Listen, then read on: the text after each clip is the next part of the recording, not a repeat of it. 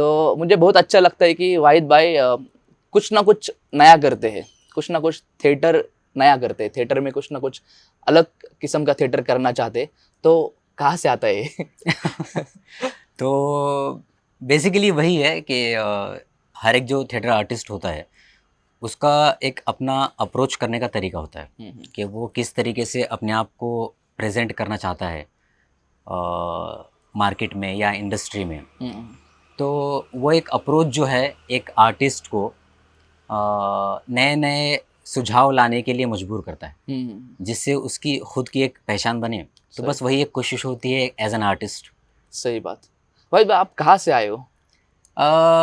मैं बेसिकली वैसे तो सोलापुर से हूँ।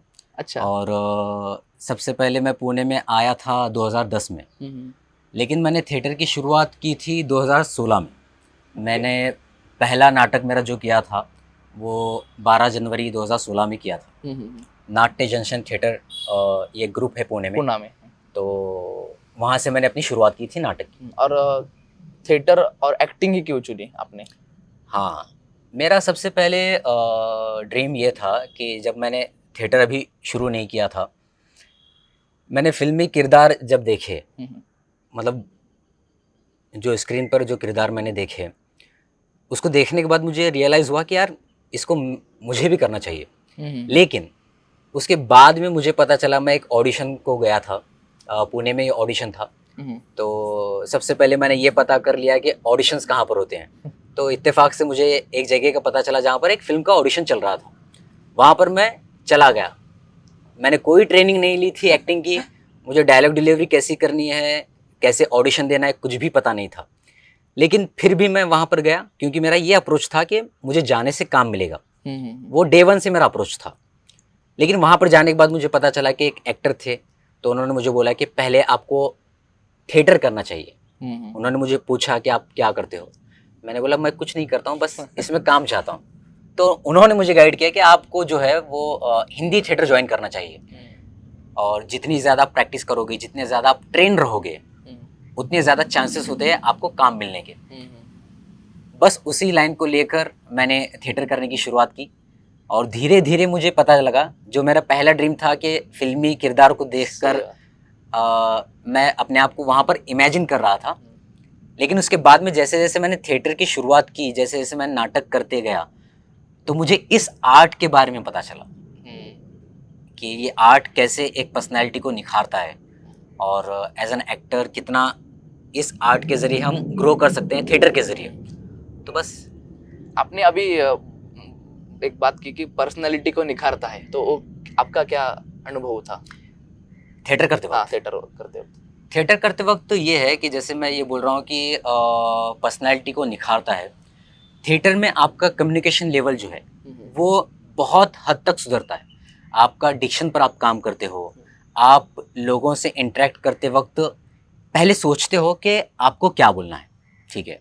और ये जो चीज़ें हैं, छोटी छोटी चीज़ें, एक एक्टर के रूप में जब आप इंडस्ट्री में या कहीं पर भी आप जब जाते हो, वहाँ पर बात करते हो, तो आपके बात करने के तरीके से ये जांचा जाता है, ये पहचाना जाता है कि आपकी पर्सनैलिटी जो है, आपकी शख्सियत जो है वो कितनी असरदार है। तो थिएटर ने मुझे ये प्रोवाइड किया। मैं जब थिएटर की मैंने शुरुआत की थी, तो मेरे हिंदी डायलॉग में मराठी एक्सेंट आया करता था। अच्छा। और मैं जब बोलता था तो मेरा प्रोनाउंसिएशन बहुत गलत था, और कॉन्फिडेंस नहीं था। लेकिन ये सारी चीज़ें 1-2 साल में ही चली गई। थिएटर में जब मैंने किया तो मुझे लगा कि यार ये तो एक पर्सनैलिटी को निखारता है। सही बात है। आपने जब आप फिल्मी किरदारों को देख के इन्फ्लुएंस होते थे और ट्राई आउट करते थे, मिमिक करते थे, और एक पॉइंट आया कि आपने सोचा कि सरेंडर होते थिएटर को, एक कुछ तो अलग मीडियम है, ज़्यादा गहरा मीडियम है। तो बीच में का जो अंतर था कि जहाँ पे आपका इनर स्ट्रगल चल रहा था, वो फेस क्या थी? वो काफ़ी इंटरेस्टिंग थी। उसके अलग अलग शेड हो सकते हैं, ठीक है। जो नेगेटिव शेड्स थे मैंने उनको साइड में रखा, और जो पॉजिटिव शेड्स थे मैंने उनको और आगे उनकी जर्नी को मैंने और जिया। तो वो बहुत एक बेसिक लाइन थी कि फिल्मी किरदारों को देखकर इस इंडस्ट्री में आने की मेरी जो सोच थी वो बहुत बेसिक थी। लेकिन उसके बाद से जैसे थिएटर मैंने शुरू किया तो हमें समझ में आया कि यार जितना हम देखते हैं वैसे वो होता नहीं है, तो हमें सीखने की ज़रूरत होती है। तो उसके बाद में ये जो दिलचस्पी पैदा हुई, ये खुशी भी लाई कि आपको वो चीज़ खुशी नहीं देती है जो आप हम अक्सर ये बोला जाता है कि इल्म जो है अगर आपके दिमाग से ऊपर से चला गया तो आप में थोड़ा बहुत ईगो आएगा या तो आपको नॉलेज नहीं रहेगा। और जब इल्म आपके दिमाग में जाता है तब आप बेहतर तरीके से चीज़ों को समझने लगते हैं। तो जब हम चीज़ों को समझने लगते हैं हमें एक क्लैरिटी आ जाती है, और जब किसी एक्टर को क्लैरिटी आती है तो वो और बेहतर तरीके से थिएटर करता है या इंडस्ट्री में काम करता है। सही बात। जब आपने थिएटर की शुरुआत की, आपको उस अंकल ने बताया कि आप थिएटर ज्वाइन कीजिए और थिएटर करोगे तो प्रोनाउंसिएशन और कुछ चीज़ें आप सीख सकते हो। लेकिन मुझे लगता है कि अच्छा गाइड होना भी इम्पोर्टेंट है। बिल्कुल। कि अच्छा दोस्त होगा, अच्छा कोई थिएटर प्रैक्टिशनर होगा। बिल्कुल। तो ऐसा कौन मिला या आपका उसका स्ट्रगल क्या था? मेरी खुशनसीबी बहुत रही कि जो कि शुरू में ही रही। जो मैंने थिएटर ग्रुप ज्वाइन किया, नाट्य जंक्शन थिएटर, इसको जो रन करते हैं वो विकास कुमार सिंह हैं। वो एक्शन कोरियोग्राफर भी हैं, एक्शन सीक्वेंस वो डिज़ाइन करते हैं। अभी मराठी फिल्मों में वो काफ़ी काम करते हैं। जो भी उसका एक्शन सीक्वेंस पुणे में शूट होता है उसका काम वो करते हैं।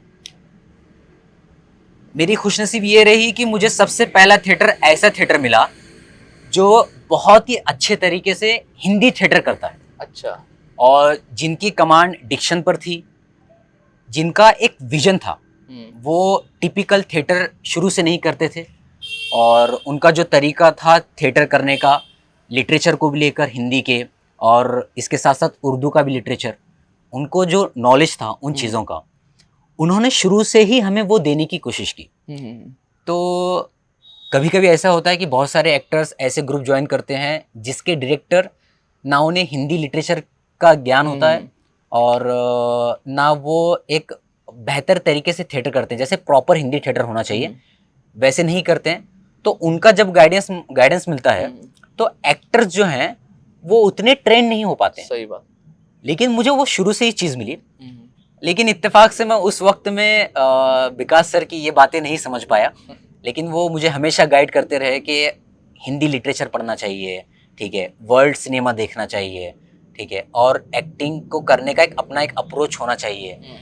सारी चीज़ें जितने भी मेथड हैं एक्टिंग को सीखने के या एक्टिंग को करने के, उनके बारे में आपको नॉलेज होना चाहिए। सही। जब आप वो नॉलेज लेते हो और जब आप किसी नाटक में या फिल्म में काम करते हो तो आपका जो कैरेक्टर है वो बहुत यूनिक दिखेगा। सही बात। तो डिटेलिंग में जो काम था वो शुरू से ही मुझे एक थिएटर ग्रुप में मिलने लगा। उसके बाद में बहुत सारे दूसरे थिएटर ग्रुप मैंने ज्वाइन किए। जुबैन शेख सर हैं तो उनके साथ मैंने थिएटर किया। उसके बाद देव चक्रवर्ती है, उनके साथ मैंने थिएटर किया, अभी भी कर रहा हूँ, सन 2025 के डायरेक्टर हैं।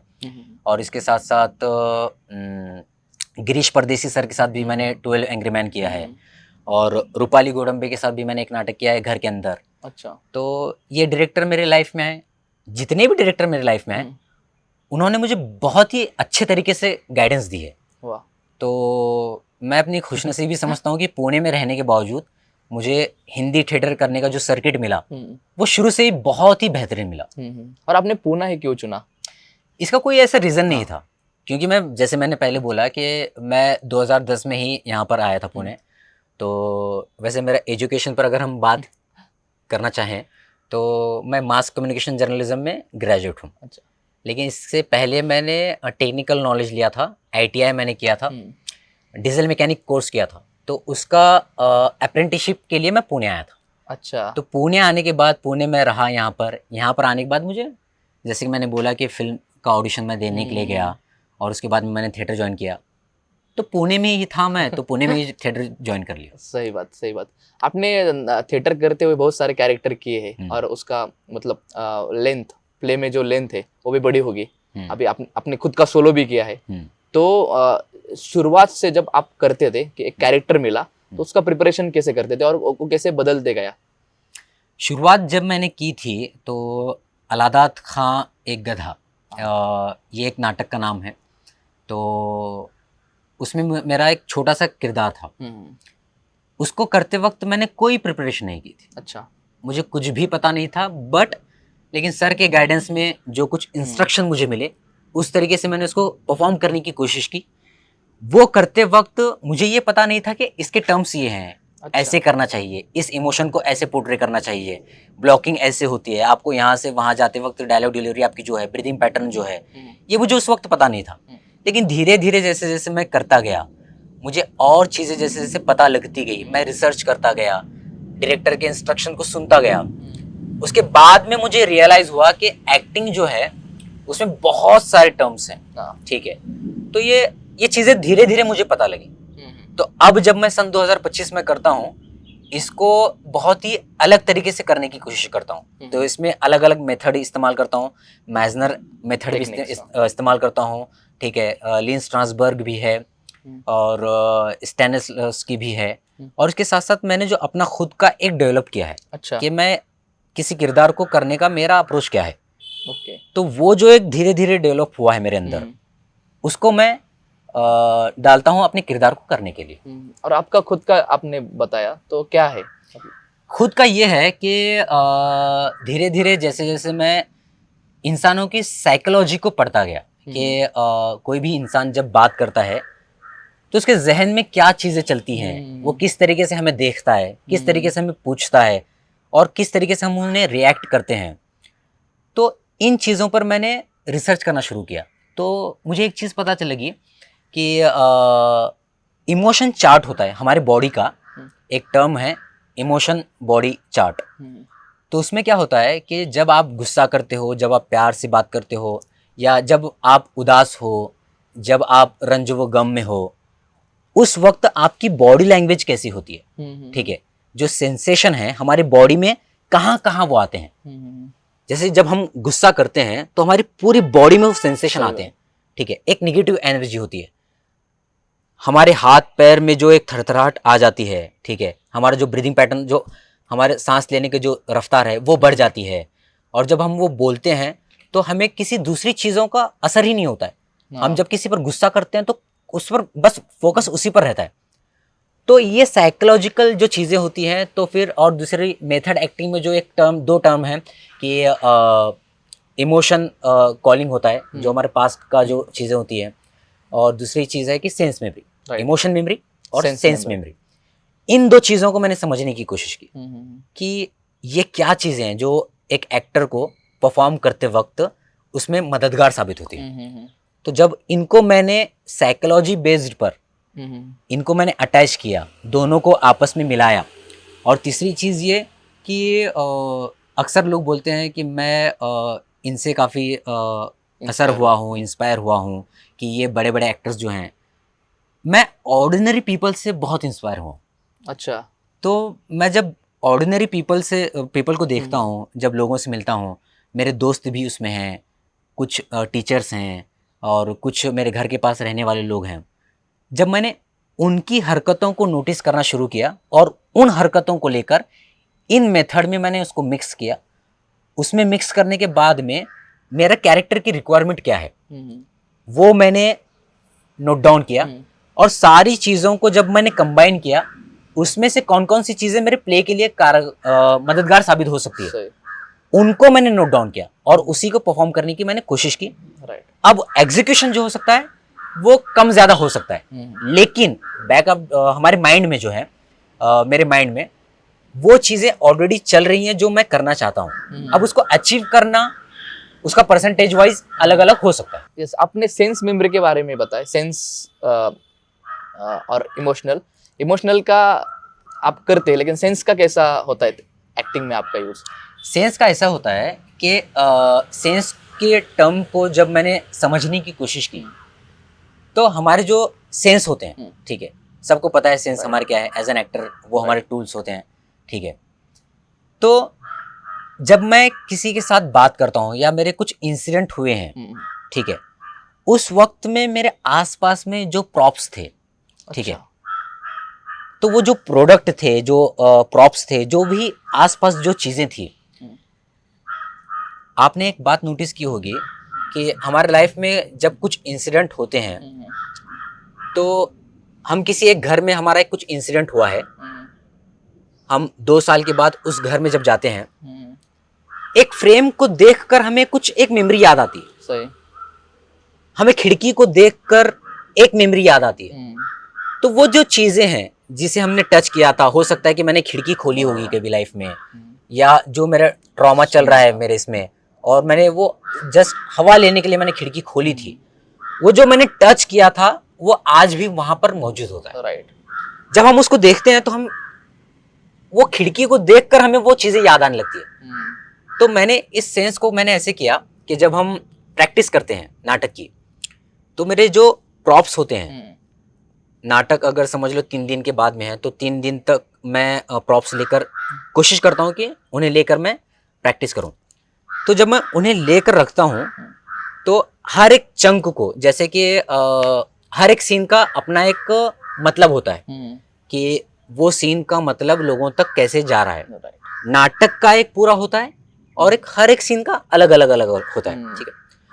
तो अगर मैं एक स्पेसिफिक सीन कर रहा हूँ, उसके जो मेरे प्रॉपर्टीज हैं, उसके में मेरे जो प्रॉप्स हैं, उसमें अगर इस्तेमाल हो रहे हैं, ठीक है, तो उन प्रॉपर्टीज के साथ, उन प्रॉप्स के साथ मैं अलग तरीके से एक प्रैक्टिस करता हूँ। क्या करता हूँ कि जो हमारा इम्प्रोवाइजेशन है, समझ लो नाटक की कुछ 4 लाइनें हैं जो हमें डायलॉग बोलने हैं, वहाँ पर हमें इम्प्रोवाइजेशन करने की ज़रूरत नहीं है, ठीक है, लेकिन उसकी पास्ट स्टोरी, उसका जो पिछला हिस्सा है, जो हमारा सब टेक्स्ट होता है, उसको लेकर मैं उस प्रॉपर्टीज के साथ मैं काम करता हूँ। राइट। और जब मैं स्टेज पर जब जाता हूँ और जो मैंने वो चीज़ें जो उसके साथ की हैं, वो चीज़ें मुझे पुश करती है कैरेक्टर में आने के लिए। हो सकता है बैग हो, सन 2025 में मैं क्या करता हूँ, 2 नॉवेल अंदर होते हैं और उसके अंदर एक पेपर भी होता है। जब पेपर निकाल कर मैं दूसरे कैरेक्टर को दिखाता हूँ और एक नॉवेल निकाल कर मैं जब दिखाता हूँ, तो वो जब मैं बैग खोलता हूँ तो मुझे मेरी गरीबी फील होती है उसके अंदर, कि मैंने कितनी मेहनत से इस कैरेक्टर तक पहुंचने के लिए मैंने मेहनत की है। उसमें जो एक किरदार है उसके ऊपर मैं रिसर्च करता हूँ। वो एक मर्डरर होता है, काफ़ी लोगों का वो खून करता है, उसके बाद कहानियाँ लिखता है। अच्छा। मैं उस बंदे पर रिसर्च करता हूँ और पूरा भारत घूमता हूँ उसके पीछे पीछे, जबकि वो बाय एयर से जाता है, बाय ट्रेन से जाता है। मैंने धक्के खा खा कर सफ़र कर कर मैं उसके पीछे गया हूँ। तो मेरे पास कोई पैसे नहीं थे, मुझे भूखमरी का सामना करना पड़ा। तो वो जो चीज़ें मैंने महसूस की थी ट्रैवलिंग करते हो तो उसके पीछे, जब मैं बैग की चैन खोलता हूँ, जब मेरी चैन टूटी हुई है, जब मैं उसको देखता हूँ, तो वो मुझे पुश करते हैं उन हालात को याद करने के लिए जो मैंने उसके पीछे भागते हुए किए, जो नाटक का हिस्सा नहीं है। और जब मैं डायलॉग वो बोलता हूँ तो वो मेरा दर्द छलकता है। मैं बोलता हूँ कि मैंने भूखमरी का सामना किया आप तक पहुंचने के लिए, जो तकलीफ मैंने सही है उसका आप अंदाजा भी नहीं लगा सकते हो। ये जब मैं डायलॉग बोलता हूँ मुझे वो पुश करती है, वो चैन पुश करती है। सही बात। जब नॉवेल निकालता हूँ उस पर जो डस्ट है, मैं सोचता हूँ कि वो जो डस्ट है, कितने दिनों से मैं इस बंदे का पीछा कर रहा हूँ। वो मुझे ये एक चीज देती है, एक मैसेज देती है कि जो ऊपर धूल लगी है, तुम कितने दिनों से उस इंसान के पीछे लगे थे, वो आज जाकर मिला है। जब मैं उसको निकालता हूँ, उसको मैं देखता हूँ तो मुझे पुश करता है। जब मैं उसको देता हूँ तो मुझे समझ में आता है कि यार मैंने काफ़ी मेहनत की थी इस बंदे तक पहुँचने के लिए, और फाइनली आज मैं पहुँचा हूँ। जब ये नॉवेल दे रहा हूँ, वो सारे जो एक एनर्जी है, वो इमोशन है कि भाई मैं बहुत मेहनत से तेरे तक आया हूँ, ये पकड़। तो वो प्रॉप्स मुझे हेल्प करते हैं। तो ये जो सेंस मेमोरी में जो मैंने बोला कि चीज़ों को मैं टच कर कर जो है उसमें एक एनर्जी अपनी खुद की भी डालता हूँ और उनसे एनर्जी लेता हूँ। पहले इन्वेस्ट करता हूँ उन पर, अलग से प्रैक्टिस करूँगा, और ड्यूरिंग द शो उनसे वो हेल्प लेता हूँ, वो एनर्जी वापस देता हूँ जो मैंने उन्हें दी थी शो से पहले। राइट। यहाँ पे 2 लेयर पे चल रही है कि जैसे आपने बताया कि sense memory as a wide way और sense memory as a character. तो आपने कैरेक्टर का गरीबी देखने के लिए आपने जो स्ट्रगल किया है और ऑब्जेक्ट आपको कुछ तो इंस्पायर कर रहा है, तो वो अच्छा लगा कि कैरेक्टर के लिए जो आपने कहा कि सेंस मेमोरी फॉर कैरेक्टर। ये आपको लगता है कि इमोशनल मेमोरी और सेंस मेमोरी में बहुत थोड़ा कनेक्शन है। इमोशनल मेमोरी में concentrate on emotion, sense memory में हम सेंस पे फोकस करते हैं, लेकिन वहाँ इमोशनल मेमोरी रिकॉल होती है बिकॉज ऑफ सेंस मेमोरी। बिल्कुल बिल्कुल बिल्कुल। जब मैंने इन दोनों चीज़ों के बारे में जब मैंने पढ़ना शुरू किया तो काफ़ी सिमिलैरिटी है, हाँ, क्योंकि सेंस मेमोरी का जब हम रिकॉल करते हैं तो उससे जुड़ी जो यादें हैं तो उससे जुड़े इमोशन भी होंगे, सही बात। राइट? तो वो भी हमारे सामने आते हैं, ठीक है। अब उनका इस्तेमाल किस लेवल पर करना है, ये एक बहुत बाल का एक फ़र्क है, ठीक है। अगर आप समझ लो उस इमोशन में बह गए जो आपको उस इंसिडेंट की वजह से मिले थे, तो अब कुछ लोग क्या करते हैं कि इमोशन मेमोरी मतलब ऐसा है कि यहाँ पर समझ लो नाटक में आपको रोना है और उसके बहुत ज़्यादा शो होते हैं। पहले नाटक में तो आप रो लिए, हाँ, दूसरे नाटक में भी रो लिए, तीसरे शो से, नाटक मतलब शो से आपका रोना कम हो रहा है। सही तो बात। आपको डायरेक्टर काफ़ी लोग बोलते हैं ये कि आप इमोशन ऐसी याद करने की कोशिश करो, कोई गुजरा होगा आपका रिलेटिव या कोई भी फैमिली मेम्बर, आपके तो एक्सपीरियंस। हाँ, तो ऐसे वो बोलते हैं। लेकिन बहुत सारे लोग जब उन चीज़ों को याद करते हैं वो आफ्टर द शो उनका इम्पैक्ट उस पर रहता सही है। बात। तो क्यों कोई एक्टर ऐसी चीज़ जो उसको भूलनी चाहिए, मूव ऑन होना चाहिए, उसको वो नाटक में इस्तेमाल करे? तो मुझे नहीं लगता है कि वो सही है। बहुत कम लोग हैं जो उसको यूज़ करते हैं और छोड़ देते हैं, लेकिन कुछ लोग सेंसिटिव होते हैं। जब उन चीज़ों को रिकॉल करते हैं तो जैसे मैंने साइकोलॉजी एक चीज़ मैंने बोली, एक टर्म जो बोला, वो उसके जिस्म में रहती हैं वो चीज़ें। वो रिकॉल करता है तो वो छोड़ नहीं देता है, नहीं, वो उसके जिस्म में रहती है। जिस्म में रहती है तो उसके पर्सनैलिटी से बाहर निकलती है। जब वो बाहर निकलती है तो हो सकता है कि वो उतने अच्छे तरीके से खुश ना रह पाए या उसकी खुशी में कमी आ जाए। तो मैं तो वो नहीं करने की कोशिश करता हूँ। मैं जो नाटक का हमारा जो थीम है, मतलब नाटक में किस वजह से मुझे रोना है, मैं उसी चीज़ को फिर से सोचता हूँ। जितना ज़्यादा आप उसको सोचोगे कि मेरे नाटक में मेरे साथ क्या हुआ है, मेरे साथ मतलब मेरे कैरेक्टर के साथ, सही बात। तो उसी चीज़ पर मैं काम करता हूँ, बजाय इसके कि कोई मरा होगा तो उसको लेकर मुझे रोना है। तो एक बात क्या होती है, हर एक दर्द का इंटेंसिटी अलग अलग होती है। सही बात। यहाँ पर आपको रोना है, रोने की भी बहुत सारी चीज़ें होती हैं। शेड्स होते हैं। एक रोना होता है कि आपके लगातार आंसू बह रहे हैं, आपको बहुत तकलीफ हुई है। एक रोना इतना खतरनाक होता है कि एक भी आंसू आपके आंख से नहीं निकलते हैं। अगर आपने उस दर्द को, उस मेमोरी को रिकॉल किया जिसमें आपका एक भी आंसू आपके आंख से नहीं टपका, उसकी इंटेंसिटी बहुत अलग है। सही। और यहाँ पर आपको रोना है तो इंटेंसिटी को कैसे मैच करोगे? वो फर्क समझ में आ जाता है। वो समझ में आ जाता है। भले ऑडियंस को दिखेगा कि ये सीन चल रहा है तो ये रो रहा है, तो उनको उनके तक जो है वो अलग नाटक की ही चीज़ पहुंचेगी, लेकिन एज एन कैरेक्टर हम जब एज एन एक्टर जब हम उसको लोगों तक पहुंचा रहे हैं तो वहाँ पर हमने थोड़ा सा करप्शन किया है। मुझे ऐसा लगता है सही कि बात। हम बाहर निकलते हैं, उस किरदार से हम बाहर निकलते हैं, अपनी मेमोरी को इस्तेमाल करते हैं। जब मैं उस मेमोरी को इस्तेमाल कर रहा हूँ तो मैं उस कैरेक्टर से निकल गया। सही बात है। तो मुझे थोड़ा सा अजीब लगता है। बहुत से बड़े बड़े एक्टर्स या लोग ये बोलते हैं कि उसको याद करना चाहिए। मुझे पर्सनली मुझे नहीं लगता कि वो सही है। आपने किया है क्या कभी ऐसा ट्राई? मैं शुरू में करता था, लेकिन उसके बाद में जब मुझे ये रियलाइज़ हुआ कि ये करना मेरे लिए सही नहीं है। हो सकता है लोगों के लिए फ़ायदेमंद हो, लेकिन मेरे लिए सही नहीं है, तो मैंने इसको छोड़ दिया। सही बात। मैं भी ऐसा करता था। तो स्टार्टिंग में जब ललित में नहीं था, तो मुझे भी ऐसा महसूस होता था कि अरे क्यों ट्रॉमा में जा रहे, कि उससे बाहर आने के लिए हम नाटक कर रहे फिर वही जा रहे। तो यही मुझे लगता है एक टेक्निक्स का खेल होता है कि टेक्निक्स समझ में आने तक या मालूम नहीं होता। राइट। तो आपने जब टेक्निक का यूज़ किया, अलग अलग टेक्निक, आपने जैसे कहा माइजनर है या ली स्टार्सबर्ग है, उटा हैगन है, तो जब टेक्निक आती है तब टेक्निक से हम इंस्पायर होते हैं या इन्फ्लुएंस होते हैं। तो ऐसा हुआ था कि अरे टेक्निक अलग है लेकिन टेक्स्ट अलग है, नाटक का फॉर्म अलग है, और हम करते जा रहे, तो ऐसा हुआ था क्या? हाँ, ये एक बार हुआ हाँ। कि प्ले की रिक्वायरमेंट जो थी वो अलग थी और मैं जो मेथड उसमें डाल रहा था वो था अलग।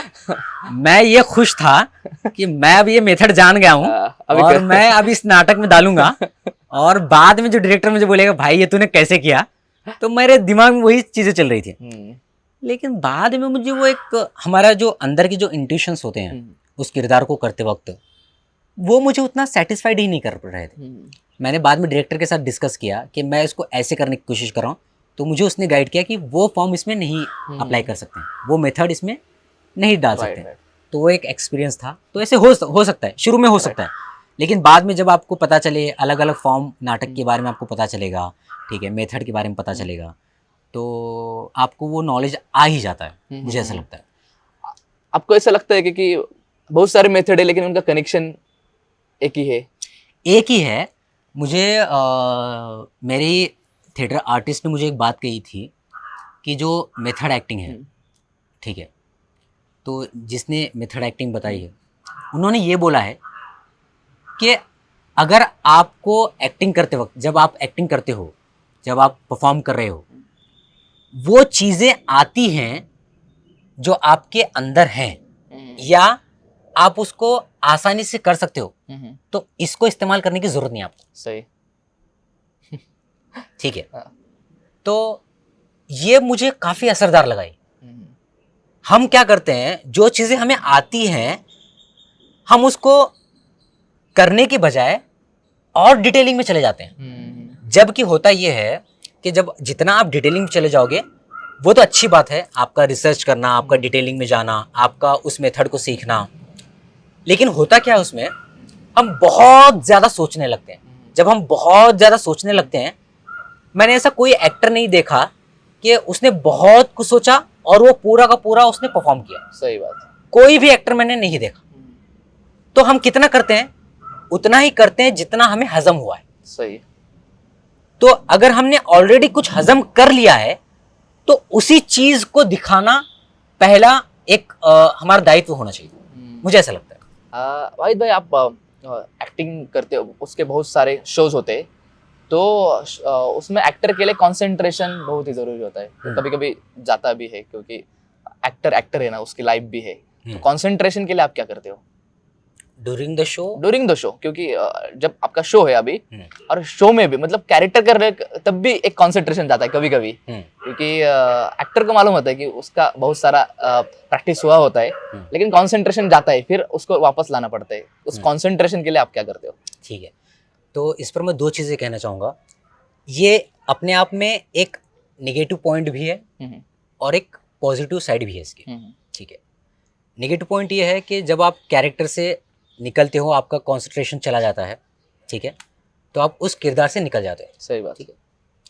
और पॉजिटिव साइड इसकी जो है, जो मैंने ऑब्जर्व की है, कभी कभी हमें खुद से भी उस किरदार से बाहर निकलना होता है। समझ लो आप कोई एक मोनोलॉग कर रहे हो, आपका कोई डायलॉग है, आपने बोला और आपने इतनी इंटेंसिटी से बोला कि आप उसमें बह गए हो, और उसके बाद में आपको एक सेकंड चाहिए आप उसमें से बाहर निकल सको।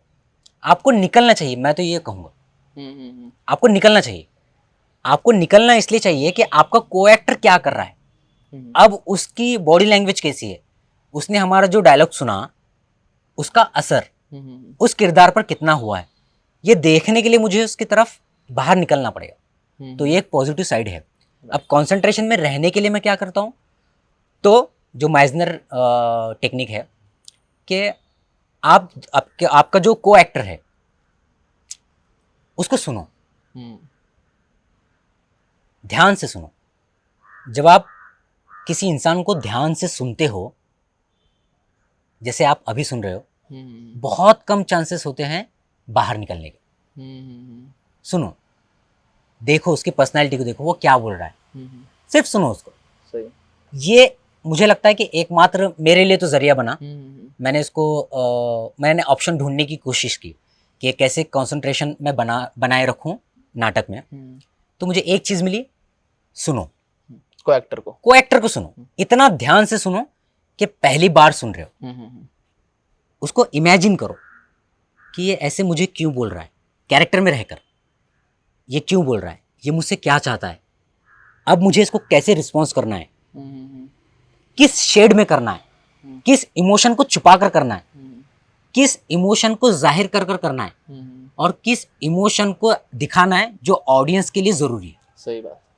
ये जब आपके दिमाग में चलता है, आप बाहर निकलने के चांसेस बहुत कम रहते हैं। आप बाहर कब निकलते हो? जब आपको कोई चीज समझ में नहीं आई, या आप बोर हुए हो, या आपको वो चीज रिलेट ही नहीं कर पाया, तब आप बाहर निकलो। मुझे ऐसा लगता है। सही बात। और सोलो होता है तब कैसे आप? सोलो होता है तो उसमें तो जरूरत ही नहीं होती को एक्टर को सुनने की, ठीक है, पहली तो जरूरत नहीं होती, सही को बात, एक्टर है कोई ही एक्टर नहीं, नहीं है। ठीक है, हम खुद ही परफॉर्म कर रहे हैं। तो जैसे कि मैं मरहूम की याद में, ये उर्दू सोलो एक्ट है जिसको लिखा है पतरस बुखारी साहब ने। तो जब मैं उसको करता हूँ, वो एक कहानी बताने की जो मेरी कोशिश है, उसमें ऑडियंस जिस तरीके से इंगेज होती है, मैं उनको कोई चीज बता रहा हूँ कि ऐसा इंसिडेंट बता रहा हूँ जो मेरे लाइफ में बहुत असर किया है, और वो सुनकर आपको हंसी आ रही है। सही। तो ये जो कनेक्शन बनता है वो मुझे बाहर निकलने नहीं देता। मैं ये कभी सोचता ही नहीं हूँ कि मैं बाहर निकला हूँ इस किरदार से, मेरे पास वो स्कोप ही नहीं है, मेरे पास है ही नहीं। मतलब मैं सोचता ही, मतलब मेरे को ऐसा हुआ ही नहीं है कि मैं उसमें से बाहर निकलूँ। जो भी मैं करता हूँ तो वही मैं कर रहा होता हूँ। ऑडियंस का रिएक्शन, ऑडियंस का इंगेजमेंट मैं वो रिसीव करता हूँ, मैं वो लेता हूँ उनसे, और जब मैं उनको वापस देता हूँ तो लेना और देना, लेना और देना, ये जो चल रहा है मेरा, उसी में टाइम चला जाता है और मेरा सोलो एक्ट खत्म हो जाता है। सही बात। वो टाइम ही नहीं, वो स्पेस ही नहीं। वो टाइम मैं खुद नहीं देता हूँ उसको, वो सोचने के लिए। हम क्या होता है, साइकोलॉजी की मैं जो बात बार बार बोल रहा हूँ, आप जिस चीज का सोचते हो वो चीज आपके साथ होगी। सही बात। वो होगी, वो होगी, मतलब होगी। आपको अगर वो सोच, अगर आपको कोई चीज नहीं होनी है तो उस पर सोचना छोड़ दो। मैं उस पर सोचता ही नहीं हूँ, मैं ऐसी चीज़ों पर सोचता ही नहीं हूँ जो मेरे किरदार को बाहर निकलने पर मजबूर करे, जो मेरे एक्टिंग पर असर करे। वो चीज़ें मैं सोचता नहीं हूँ। हो सकता है कुछ गलतियाँ होंगी मेरे करते वक्त परफॉर्मेंस में, लेकिन इन चीज़ों को ना सोचना अपने आप में एक कामयाबी है। सही। वो मैं अचीव करने की कोशिश करता हूँ। सही बात। आपने ग्रुप प्ले भी किए और सोलो भी, तो वो करते समय क्या चैलेंजेस होते हैं? ग्रुप में करते वक्त ये होता है कि अगर कोई ट्रेंड एक्टर हो तो हमारी परफॉर्मेंस अच्छी हो सकती है, और अगर कोई ट्रेंड एक्टर नहीं है और वो इस तरीके से बिहेव कर रहा है कि वो उसके कैरेक्टर के साथ जा ही नहीं रहा है, और हमने उस कैरेक्टर के साथ जाने के लिए कैसी प्रिपरेशन करनी है उसकी हमने तैयारी कर ली, वो रियाज कर लिया, तो जो वो गियर है वो आपस में नहीं मिलते हैं। अच्छा। जब वो गियर आपस में नहीं मिलते हैं तो एक जो नाटक का फ्लो है वो ऑडियंस तक नहीं जाएगा, और दूसरी चीज ये कि कौन खराब कर रहा है इसका पता ही नहीं चलता है। खराब ये कर रहा है या खराब वो कर रहा है। तो हमें पता है कि मुझे क्या करना था, मुझे कौन सा गियर उसके कौन से गियर के साथ मिलाना था, राइट।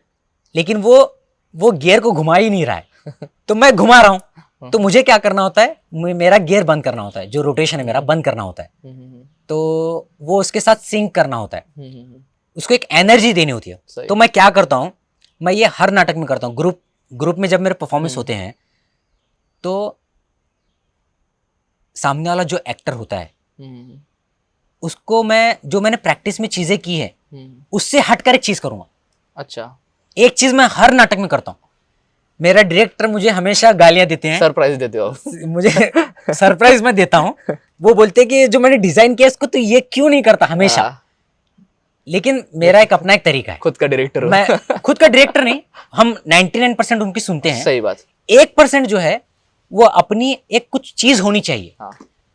क्योंकि ये डायरेक्टर पीछे बैठा है या आगे बैठा है, हम कर रहे हैं परफॉर्मेंस। अब ये बंदा मुझे वो चीज नहीं दे रहा है, तो मुझे कुछ तो एक ऐसी चीज करनी पड़ेगी उसको, मतलब वो यार इसने ऐसे क्यों किया, ये सोचने पर उसको मजबूर करे। मैं वो चीज करता हूँ, और जब वो अचानक से देखता है इसने क्या किया, वो कैरेक्टर में आ जाता है। वो बोलता है कि वो रिएक्शन देने लगता है। तो मैंने वो चीज हमेशा मेरे को एक्टर के साथ की है। और वो जो आप एक्शन करते हो वो प्री डिसाइड होता है क्या? प्री डिसाइड नहीं होता Spontaneously है, होता प्री डिसाइड नहीं होता है। जैसे ग्रुप एक्टिविटी में भी उसी वक्त जो मुझे Spontaneously. फील होता है कि क्या करना चाहिए, ऐसी कौन सी प्रॉपर्टी है जिसको मैं हाथ लगाऊं इसको कुछ लगे, हाँ, ठीक है, ऐसा मैं क्या करूं, या तो मैं इतने नजदीक चला जाऊं।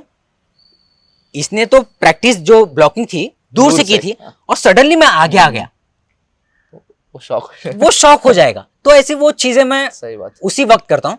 16 एक्ट में मैंने क्या किया है, मेरा जो मरहूम की याद में है उसका मैंने कोई भी चीज डिजाइन नहीं की थी। मैं अलग अलग लोगों के घरों में गया, 100 दिन 100 शो किए हैं मैंने। तो हॉल में किया है, बेडरूम में किया है, किसी का 1 RK था हाँ, और ऑडियंस थी मेरी एक, ठीक है, एक ही ऑडियंस थी, मतलब एक ही बंदा था जो देखने वाला था। तो उसको डिजाइन ऐसे किया, वो मेरे लिए चाय बनाने के वो उसने मुझे चाय ऑफर की थी अच्छा, जाने से मतलब वो शुरू करने से पहले। मैंने उसको बोला कि चाय हम बनाएंगे मेरे 16 एक्ट के दरमियान ही बनाएंगे। अच्छा, मैं 16 एक्ट कर रहा हूँ तभी चाय बनाएंगे। तो मैं परफॉर्म करते करते किचन में गया, चाय बना रहे हैं, मैं उसको डायलॉग बोल रहा हूँ हाँ, कि इसने मुझे ऐसे बोला, हाँ, ऐसे होता है क्या, ऐसे नहीं होता है। तो वो देख रहा है, वो सुन रहा है। तो वो जो एक्सपीरियंस था मेरा, हाँ, और उसको भी बहुत अच्छा एक्सपीरियंस मिला। हाँ, तो मैंने डिजाइन ही कुछ नहीं किया था, मैं बोला कि जहां मेरी ऑडियंस बैठेगी, जैसे बैठेगी उनको वैसे तरीके से मैं बोलूंगा, ठीक है। अब वहां पर एक बंदा बैठा है, उसको जाकर मैं बोलूंगा, यहाँ पर एक बैठा है, उसको जाकर मैं बोलूंगा। तो मैंने कुछ डिजाइन नहीं किया। मेरा हर मरहूम की याद में जो शो है वो अलग अलग हुआ है, इम्प्रोवाइज होता है। बहुत अलग अलग हुआ है, इतना अलग अलग हुआ है जिसकी हद नहीं है। कुछ परफॉर्मेंस मेरे बहुत खराब हुए, बहुत खराब हुए, इतने खराब हुए जिसकी हद नहीं है। मैं वो कैरेक्टर में घुस ही नहीं पाया, अच्छा, क्योंकि सडनली मैं गया परफॉर्म करना था, तो वो मुझे रिकॉल करना थोड़ा सा वो मुश्किल गया। मैं जल्दी कर पाता हूँ, वो कैरेक्टर को पकड़ पाता हूँ, जल्दी पकड़ पाता हूँ, लेकिन कभी कभी नहीं हुआ वो। सही। तो कुछ खराब भी हुए और कुछ बहुत अच्छे हुए, बहुत अच्छे हुए, और पब्लिक का जो रिस्पॉन्स मिला है बहुत अच्छा मिला। तो वही बात कि जो आपने पूछी कि ग्रुप परफॉर्मेंस के वक्त ऐसी चीज़ें करता हूँ जो सरप्राइज हो। और सोलो में मैंने क्या किया, कुछ डिज़ाइन नहीं किया, मेरे डायलॉग डिलीवरी अलग अलग तरीके से करने की कोशिश करता हूँ, और अलग अलग जगह होती है, स्पेस अलग होता है, तो वो एक जो माहौल होता है वो मुझे पुश करता है कुछ करने के लिए। Right, right. मरहूम के याद में आपने 100 दिन शो किए लगातार, तो उसके आइडिया कहाँ से आई और कैसा बाहर आया, और वो करना कितना डिफिकल्ट है? क्योंकि हम इमेजिन कर सकते कि 100 दिन करेंगे, हर दिन एक शो, लेकिन वो करना कितना चैलेंजिंग है। चैलेंजिंग बहुत था वो। और मेरी एक कोशिश हमेशा ये रहती है कि मैं अपनी एक कोई पहचान बनाऊं। हमारी पहचान बनाने के लिए हमें कुछ चीज़ें करनी पड़ती है मार्केट में, मार्केट को कैप्चर करने के लिए। तो ज़्यादा फोकस मेरा इसी पर रहता है कि मैं कैसे लोगों तक पहुंचूं। मैं एक प्रोडक्ट हूं, मैं कैसे लोगों तक पहुंचूं। मेरा हमेशा 24 घंटे मेरे दिमाग में वही चीज़ें चलती है। तो मैंने सबसे पहले ये 100 दिन 100 शो करने से पहले मैंने ऑडिटोरियम में इसके शो किए हैं मरहूम की याद में। तो उस वक्त मैंने अलग अलग एक्टर्स को अप्रोच किया कि आपका अगर सोलो है तो मेरे साथ कंबाइन में करो। अच्छा। इससे रेंट आधा होगा और ऑडियंस को बुलाने का जो लोग होंगे वो 2 होंगे। मैं अपनी ऑडियंस को बुलाऊंगा, आप अपनी ऑडियंस को बुलाओगे, तो इससे जो है ऑडियंस की रीच भी बढ़ जाएगी और मेरा रेंट भी कम हो जाएगा, ज्यादा शो भी होंगे, ज्यादा शो होंगे और ज्यादा लोगों तक मैं पहुंचूंगा। ये मेरा नजरिया था, वो हो गया। फिर बाद में मुझे कोई मिल नहीं रहा था पुणे में। उसके बाद मैंने क्या किया कि एक ऐसी कोई चीज़ करते हैं कि जो लोग थिएटर नहीं आते हैं मैं उनके घरों तक जाऊं। सही। तो इस सोलो नाटक को लेकर मैं उन तक गया। इसमें कोई प्रॉपर्टी नहीं है, कॉस्ट्यूम का भी कोई ये नहीं है, जो भी कॉस्ट्यूम में मैं कर सकता हूँ इसमें भी मैं कर सकता हूँ। वो मरहूम की याद में किसी भी कपड़े में कर सकता हूँ। और कोई लाइट नहीं है, कोई म्यूजिक वाला नहीं है, डायरेक्टर नहीं है, सिर्फ मुझे ही परफॉर्म करना है। मैं अकेला जाता हूँ, परफॉर्म करता हूँ। अब क्या हुआ कि जब मैंने इसकी शुरुआत की 100 दिन 100 शो शुरू के 20 शो मेरे डिसाइड थे कि कहाँ पर मुझे करना है, उसके बाद के डिसाइड नहीं थे। मैंने बोला कि पहले करते हैं, शुरुआत करते हैं, लोग अप्रोच करेंगे। तो मैंने वो शुरू किया। अब इसमें अलग अलग एक्सपीरियंस आए, ठीक है। 20 जो मेरे पहले के जो शो थे जो डिसाइड थे वो तो पहचान वाले लोग थे, वहां पर मैंने जाकर किया। उसके बाद में लोग मुझे अप्रोच करना शुरू किए जब मैंने फेसबुक पर डाला, इंस्टाग्राम पर डाला, और वो जो 20 लोगों ने मेरे नाटक देखे थे, 20 घरों ने, उन्होंने बहुत पब्लिसिटी की कि कोई एक लड़का है जो आकर आपके घर में नाटक करेगा। तो फिर मुझे शो मिलने लगे। अब उसमें होता ये गया कि अननोन पर्सन है, उसने मुझे कॉल किया, भाई आओगे क्या, आओगे क्या, ये अलग ही साउंड करता है, ला आऊंगा नाटक करने। क्यों नहीं? तो मैं गया, दरवाजा, एक बंदे ने दरवाजा खोला, फोन पर जो है ना वो अलग था अच्छा कि मुझे नाटक देखना है, आप आ जाओ। दरवाजा उसने जब खोला वो थोड़ा सा घबराया। अच्छा। मैं बोला घबराया क्यों ये वाला, क्योंकि वो थोड़ा सा अननोन पर्सनैलिटी है। तो थोड़ा सा देखा, मैं वो थोड़ा सा एक अलग गेटअप में गया था। मैंने क्या कि उसमें वो भी गरीब कैरेक्टर है, हाँ। मेरे नसीब में गरीब कैरेक्टर ही आते हैं, तो वो भी गरीब कैरेक्टर है। तो मैं उस तरीके से मैं पहुंचा। वो बोला आओ भाई, आओ, करो। मैं बोला करो। वो मुझे बहुत इतना, उसका जो चेहरा था, उसके जो एक्सप्रेशन थे, दरवाजा खोला, आओ करो, टीवी दुरुस्त करो। तो एक मैकेनिक को जैसे हम बोलते हैं वैसे उसने बोला। मैं बोला ठीक है करते हैं। तो फिर जाने के बाद मैं एक थोड़ा सा माहौल क्रिएट करता हूँ, उनसे पूछता हूँ उनके बारे में, फिर मेरे बारे में बताता हूँ। वो माहौल जब सेट होता है, एक दो हल्के से जोक मैं शेयर करता हूँ, फिर वो माहौल बनने के बाद में वो नाटक करता हूँ। और जब जाते वक्त वो बंदा मेरे पीछे लगा कि भाई खाना खा कर जाओ यार। अच्छा। मैं खाना मंगवाता हूँ, आप आए। मैं इतना हंसा हूँ अपनी लाइफ में, और जिसकी कोई हद ही नहीं है। ठीक है, मेरी फैमिली पूरी जो लेडीज थे वो कभी नाटक को नहीं गए हैं। वो जब बैठ कर देखा उन्होंने, शुरू में वो भी शर्मा रहे थे, किचन से लेडीज आ नहीं रही थी, लेकिन जैसे जैसे उसका मतलब वो फ्लो चलता गया, नाटक वो मेरा सोलो एक्ट होता गया, धीरे धीरे वो कहानी आगे बढ़ती गई। लोग आकर बैठने लगे और वो ऐसे देख रहे हैं जैसे कोई मेरा ही दोस्त कर रहा है, वो अपना कोई किस्सा सुना रहा है। रूम में आने मतलब घर में आते वक्त एक अलग तरीके का वेलकम हुआ मेरा, और जाते वक्त अलग तरीके पूरा बदल गया। मतलब वो 40 मिनट के बाद मैं उनका अपना एक दोस्त, अपना फैमिली मेंबर वो बन गया। तो ये चीज़ें मेरे साथ लगातार 100 दिन होती रही। तो अलग अलग सिटी में भी जाकर मैंने परफॉर्म किया इसका। अभी चालू है क्या वो शो? अभी पहले मैंने इसकी पब्लिसिटी ऐसी की कि फ्री में मैं शो करूंगा, अब मैं पेड शो करता हूं। मतलब शो आपने फ्री में किए? फ्री में किए। अरे ठीक है, मेरा ट्रैवलिंग का जो भी खर्चा था वो मैंने खुद उठाया और जाकर परफॉर्म किया। गोवा में मैंने परफॉर्म किया, ठीक है, सोलापुर में किया, मुंबई में किया, और नासिक में किया, और हाँ ठीक है, इतनी जगह पर किया। और जब मैं गोवा को जा रहा था तो मैंने ट्रेन में परफॉर्म किया। अच्छा। उस दिन मेरा ट्रेन में था। तो ट्रेन में परफॉर्म किया है, प्लेटफॉर्म पर परफॉर्म किया है, जहाँ जहाँ हो सके। अभी पेड करते हो? अभी पेड करता हूँ। लोग मुझे बुलाते हैं। इसकी बहुत पब्लिसिटी इतनी हुई है, 3-4 प्रिंट मीडिया में भी आया था, न्यूज़पेपर में आया था। तो लोगों को पता चला कि एक कोई बंदा है, नाटक करने वाला बंदा है, 40 मिनट हंसा कर वो चला जाता है।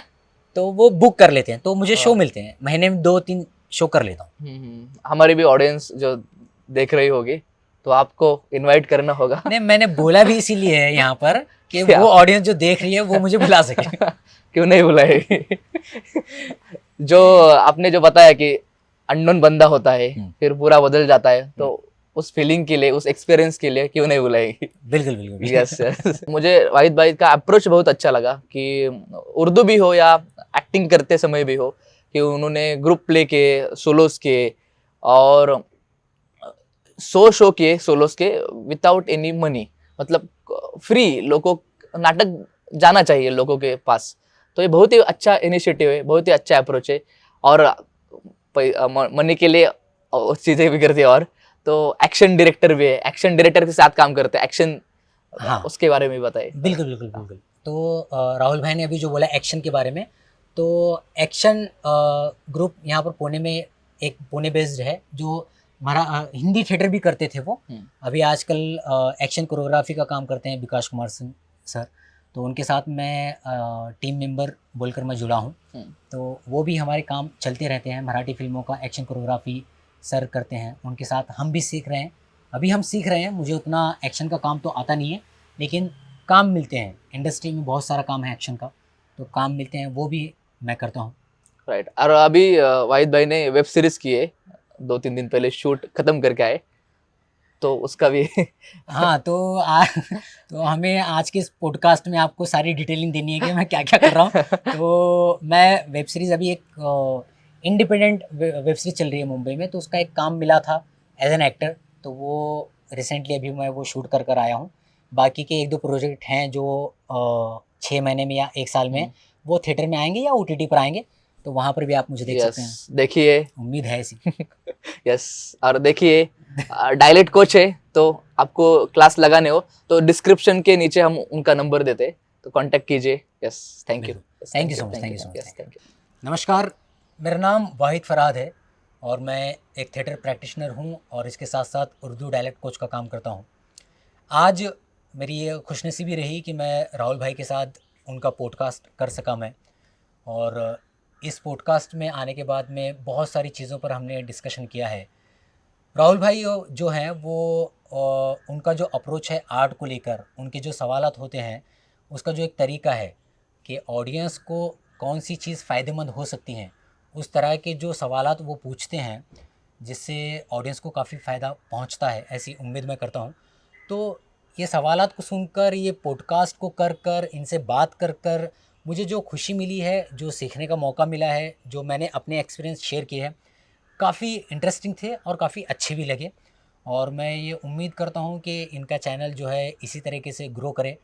काफ़ी बहुत ही अच्छे तरीके से ये मेहनत करते हैं, ललित कला से जुड़े हुए हैं।